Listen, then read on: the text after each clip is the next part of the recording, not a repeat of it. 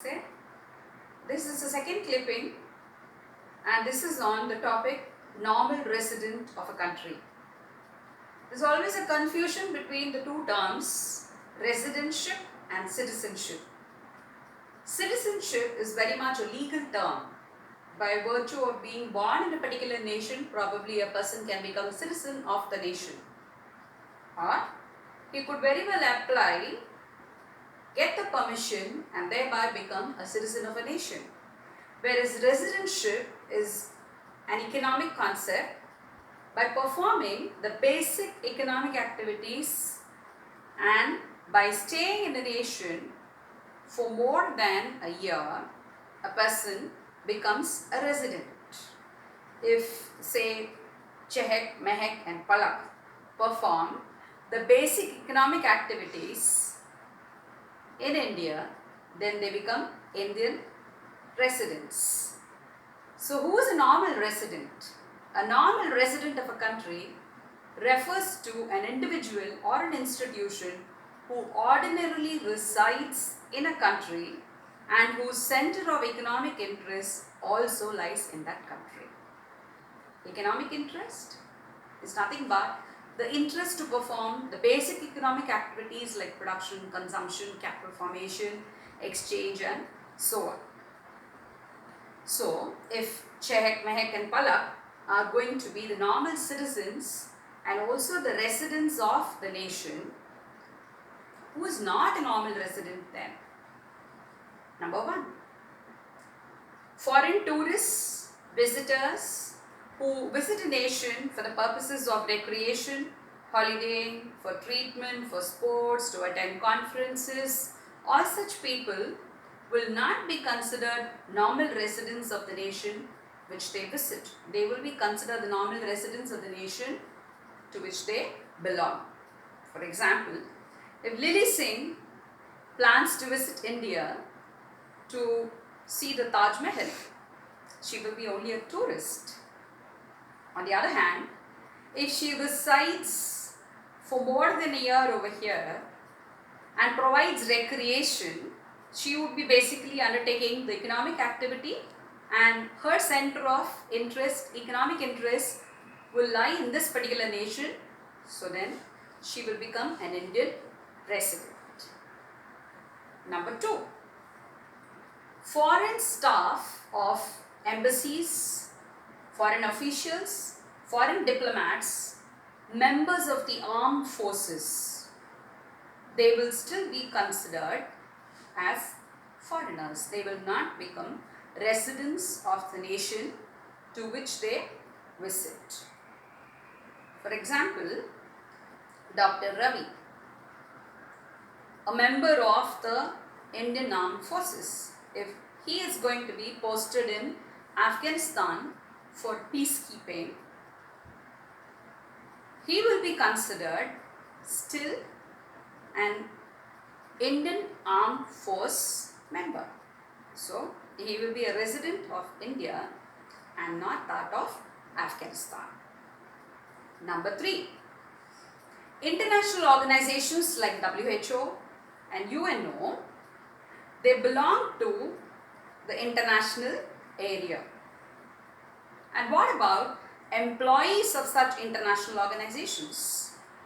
Employees of international organizations, they will be considered as residents of their own nation. But then, if the period of stay and work is more than a year in the particular nation where the international organization is located, then their center of economic interest will lie in the nation where the organization is located, and when the period of stay is going to be for more than a year, they will be considered as residents of the nation where the organization is going to be located.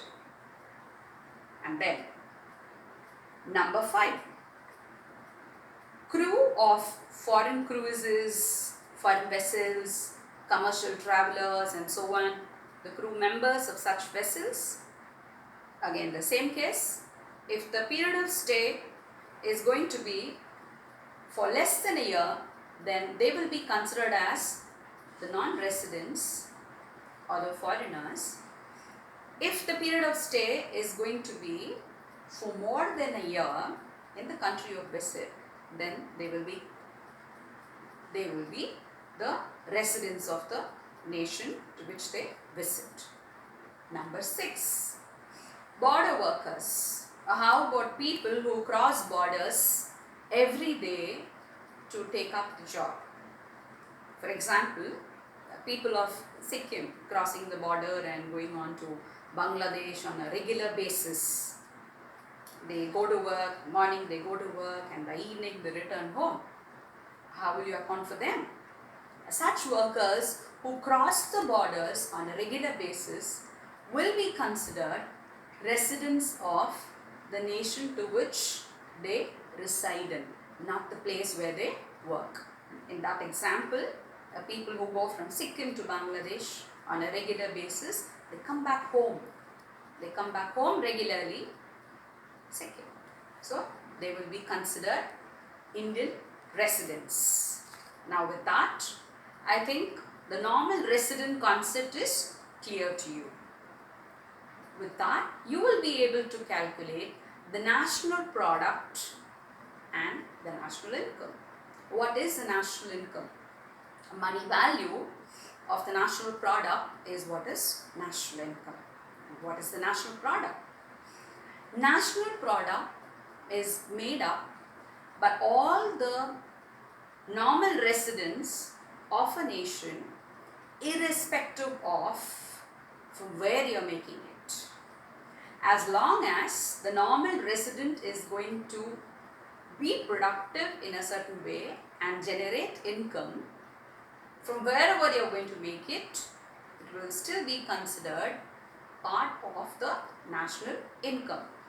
In my previous video, I have explained to you the concept of domestic territory and thereby domestic product. So when you want to find out how the domestic income is calculated, always raise the question, where? Where is the income generated? If the income is generated within the Indian domestic territory, then it is the domestic income. For the national product, you need to raise a question, who? Who generates the income?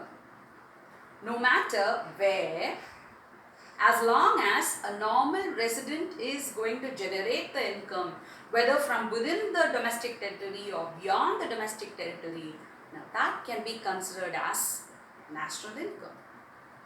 Thank you.